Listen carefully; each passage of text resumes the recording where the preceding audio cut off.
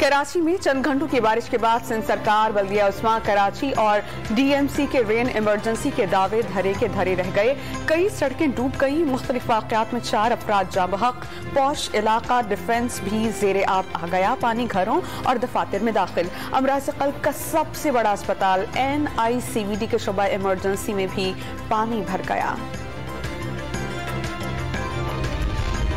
कराची में मूसलाधार बारिश से निजाम में जिंदगी दरहम बरहम हो गया। नकासी आप के लिए पाक फौज मैदान में आ गई।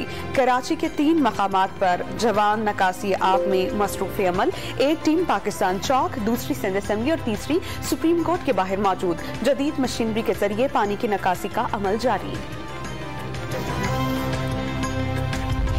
वज़ीर आज़म शहबाज शरीफ और तुर्क सदर रजब तैयब एर्दोगान ने टेलीफोनिक राबता, इलाकाई और आलमी अमन और सलामती के उमूर पर बातचीत। शहबाज शरीफ की तुर्क हुकूमत और अवाम को ईद की मुबारकबाद। कहा, तुर्क सदर की आला सतह ताज़राती ताउन काउंसिल में शिरकत से 2 तरफा ताल्लुकात मज़ीद मुस्तहकम होंगे।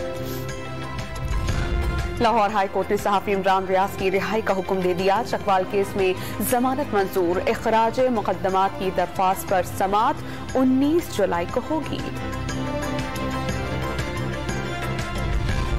और हरिपुर के CNG स्टेशन पर वाटर कूलर का कंप्रेसर गैस फिलिंग के दौरान फट गया। लड़का जाँ बहक, 3 अफराद जख्मी। रेस्क्यू एहलकारों ने जख्मियों को ट्रॉमा सेंटर मुंतकिल कर दिया। 2 अफराद की हालत तशवीशनाक, अस्पताल मुंतकिल कर दिया गया।